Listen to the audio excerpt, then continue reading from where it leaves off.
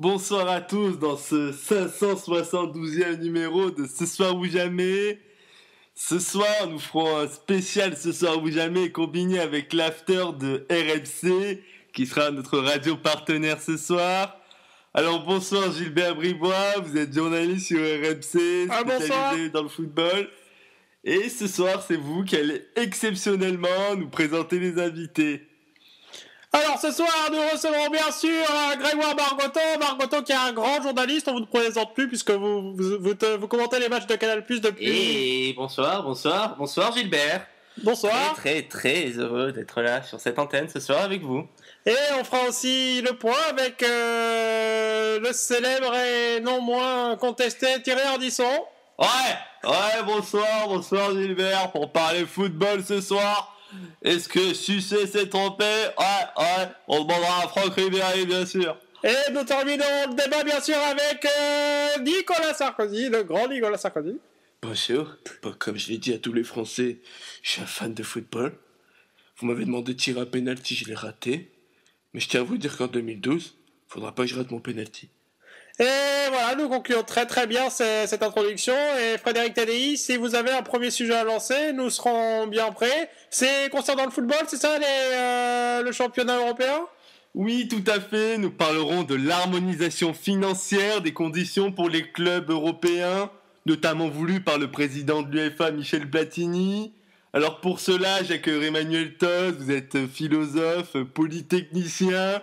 Vous avez sorti 67 livres différents pour parler d'un même sujet. Enfin, nous accueillons Eric Zemmour, vous êtes polémiste, beaucoup critiqué en ce moment, vous taxe de racisme très facilement.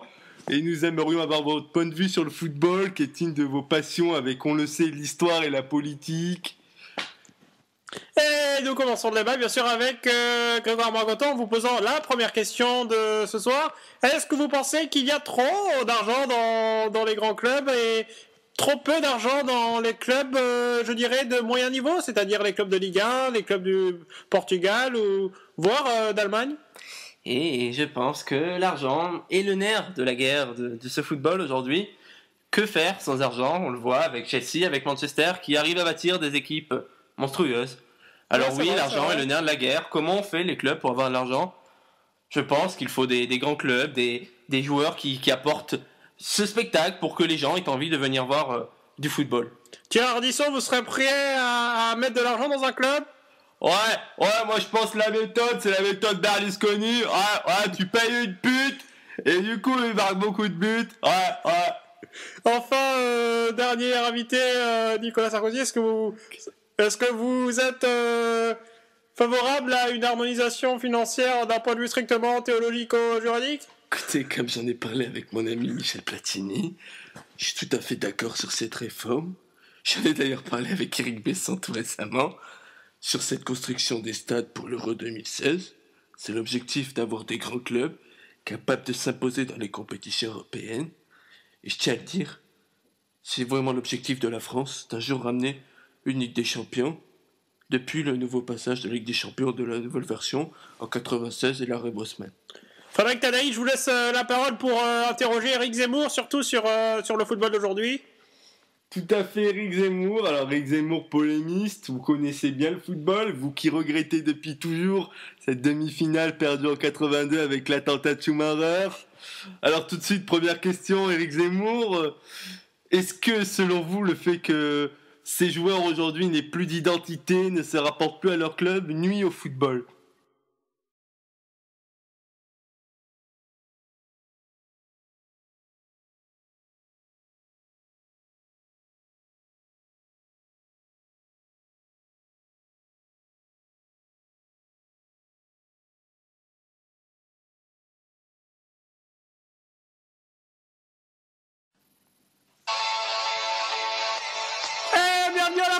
Bienvenue à l'after ce soir avec sujet spécial sur la Ligue des Champions avec Roland Courbis. Bonsoir Roland. Salut Gilbert. Didier Deschamps bien sûr. Bonsoir Gilbert. Et Daniel Riolo. Salut Gilbert. On se fait chier comme d'habitude. Nous recevrons en guest star Arsène Wenger qui vient de se prendre 3 branlées consécutives. On lui demandera si ça lui fait plaisir ou si on veut se prendre. Alors, premier sujet avec Didier Deschamps, puisque l'Olympique de Marseille rencontre ce soir Manchester United. Est-ce que pour vous, Didier, votre équipe a une chance de se qualifier, ou plutôt voyez-vous la qualification comme un miracle? Bon, je dirais que d'un point de vue qualitatif, le match aller a montré que nous pouvions avoir des espoirs. Bon, il sera difficile de gagner à Old Trafford puisqu'aucune équipe ne l'a fait, je crois, ces 15 dernières années, il me semble. Bon, nous essaierons de faire un bon match et pourquoi pas de gagner et de l'emporter. Est-ce que vous avez fait un plan anti-Nani ou un plan anti-Berbatov, ou plutôt vous pensez jouer votre jeu sans faire attention Bon, je crois que cette équipe de Manchester est faite d'individualité, mais c'est tout un collectif qui reste dangereux. Que ce soit Paul Scholes, Giggs ou encore Wayne Rooney, ils sont tous aussi dangereux l'un que l'autre. On ne peut pas faire un plan sur l'un et sur l'autre. Donc j'ai demandé à mon équipe de jouer en bloc et de défendre au maximum contre cette équipe de Manchester. Et puis sur un contre, d'aller marquer un petit but.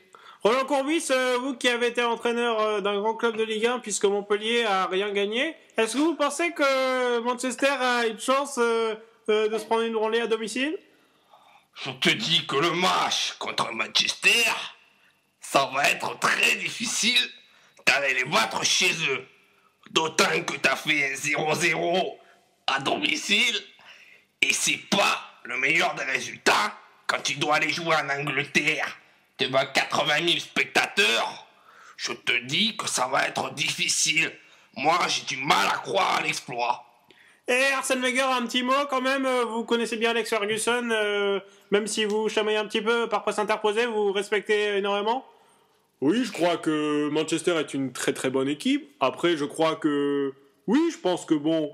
Hein un petit mot de Daniel Riolo? Non, mais on sait que de toute façon, Marseille va prendre une branlée comme d'habitude et aucun club français ne sera en quart de finale. Est-ce que... Parlons de Lyon maintenant, parce que Lyon a une vraie chance. On l'a vu ce soir faire un superbe match contre Sochaux. Est-ce que Lyon a, selon vous, plus ses chances que Marseille? On va poser la question à Didier Deschamps. Bon, je dirais que Lyon a pour lui d'avoir fait un résultat correct à l'aller aussi comme nous, un match nul. Mais aller gagner du côté de Madrid, ce n'est jamais chose facile. Bon, je peux dire qu'on l'a fait avec Monaco une année, mais on n'avait pas du tout la même équipe que Lyon. Et puis là, ça va être difficile, même si Lyon est dans une très bonne dynamique. Je pense que ça va être facile pour le Real, avec toutes les individualités qu'ils ont, d'aller gagner ce match. Roland Courbis, quel joueur vous satisfait beaucoup en ce moment à l'Olympique Lyonnais? On sait qu'il y a beaucoup d'individualité également. Et est-ce que vous avez un joueur favori, un joueur, un chouchou? Je vais te dire que je suis pas mécontent de voir Alessandro revenir en forme juste avant le match contre le Real. Il était temps.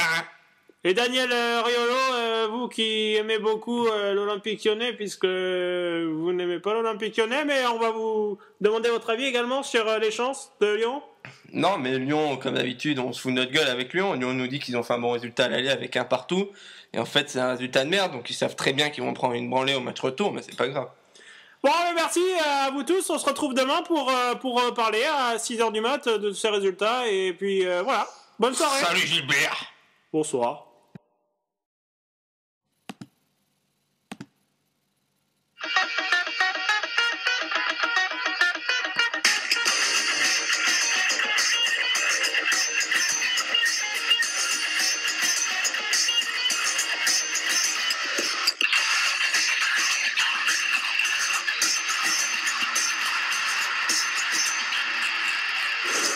Et bienvenue pour cette émission qui s'avère très très importante pour nos candidats qui sont là, nos entraîneurs, puisque j'ai l'honneur de recevoir Jean Tigana. Jean Tigana, bonsoir. Bonsoir. Zinedine Zidane. Bonjour. Bonsoir. Et notre consultant, notre vieux briscard, Aimé Jacquet. Bonsoir. Alors, Jean Tigana, une question, puisque c'est une question très très importante que tout le monde et les supporters girondins se posent avant tout. Est-ce que, pour vous, les Girondins ont la capacité d'atteindre l'Europe à la fin de saison? Vous m'auriez posé cette question il y a 3 petites semaines, je vous aurais dit directement que non.